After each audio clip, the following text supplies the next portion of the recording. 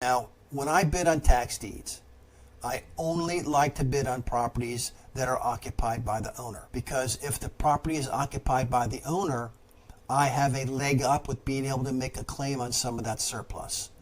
I talk about it in some of my other videos. I'm not going to get into it today, but I like the property to be owner occupied. And if it's a tax deed sale in Florida, the tax deed auction will start at 25, 35, 45, but it's going to get bid up to 150, 160, 200, who knows? It all depends on what the property value is. But a surplus is going to be created. So if the property is owner occupied and a surplus was created, if I prevail, if I'm the winner of that auction, I'm going to file a quiet title lawsuit because of the many benefits that I get by filing that lawsuit. I don't go into that in this video, but it's a part of my training. As a matter of fact, it's a big part of my training.